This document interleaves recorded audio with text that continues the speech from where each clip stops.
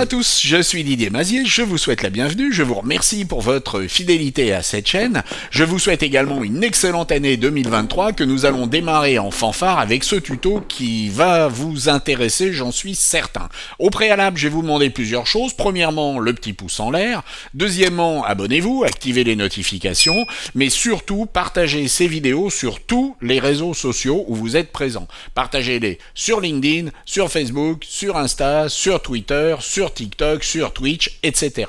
Cette semaine, nous allons nous intéresser à la façon de pouvoir détourer un élément qui apparemment paraît indétourable et de pouvoir le replacer sur une autre photo. Alors on a tout essayé avec ces herbes, que ce soit la sélection par la plage de couleurs, la sélection par le focus qui ne peut pas fonctionner parce que le fond n'est pas assez flou. Alors bien entendu, il y a une solution qui m'a été suggérée par un camarade de la communauté des experts Adobe qui est Dave et que nous allons travailler ensemble et vous allez voir qu'avec pratiquement 2 filtres et 2 effets, on va pouvoir créer un masque qui va nous permettre de détourer les herbes qui se trouvent ici au premier plan et les remonter sur cette image pour pouvoir réaliser un document d'impression avec une qualité correcte. Alors mettons-nous au travail dès à présent. Nous avons donc de calque l'image de destination finale que nous voulons réaliser et puis notre image photo de base. Nous allons dupliquer ce calque de façon à créer l'image que nous masquerons ensuite. Donc ce sera la photo masquée. Et nous allons placer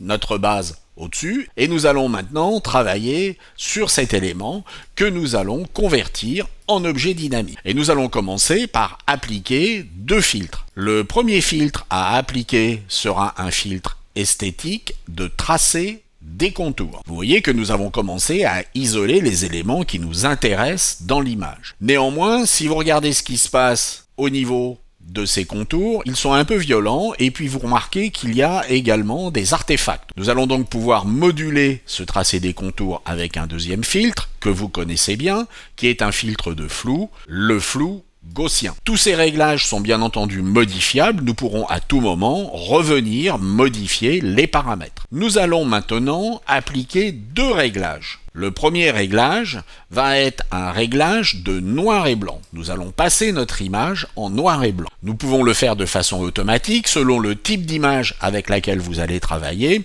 Vous pouvez affiner ce réglage en augmentant la luminosité sur certaines plages de couleurs. Mais pour l'instant, nous n'en avons pas réellement besoin. Notre deuxième réglage va consister à passer notre image en négatif, c'est-à-dire à l'inverser. Et nous allons opérer ce réglage avec les courbes, tout simplement parce que nous allons pouvoir le moduler. Comment inverser une image avec les courbes? C'est très simple.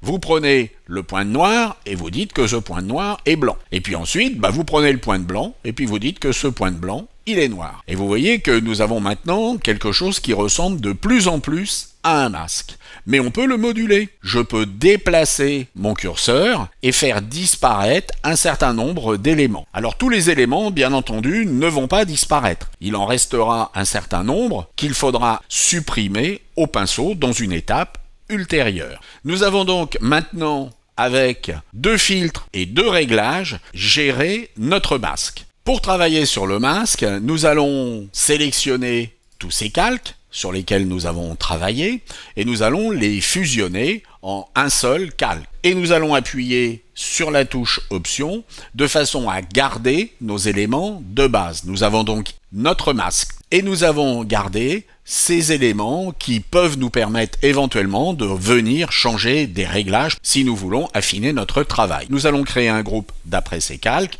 et nous pouvons l'appeler prépa. Nous avons donc notre groupe prépa que nous masquons et nous avons notre masque sur lequel, avec un simple pinceau en noir, nous allons pouvoir supprimer les éléments qui restent à éliminer de notre masque. Je vais vous épargner ces manipulations et nous allons passer directement à la phase suivante. Une fois que notre masque est prêt, il va falloir l'appliquer. La méthode qui me paraît la plus simple consiste à sélectionner le calque à masquer, créer un masque, et puis ensuite aller copier ce qui se trouve sur notre masque, commande ou CTRL A pour tout sélectionner, commande ou CTRL C pour tout copier. N'oubliez pas de désélectionner. Et puis sur ce calque à masquer, nous allons appuyer sur la touche Alt ou Option et nous allons activer notre masque. et nous allons coller ce que nous venions de copier sur notre calque du masque. Une fois désélectionné, nous allons masquer notre masque et vous voyez que nous avons récupéré nos herbes sur notre deuxième image. Une fois cette photo mise en place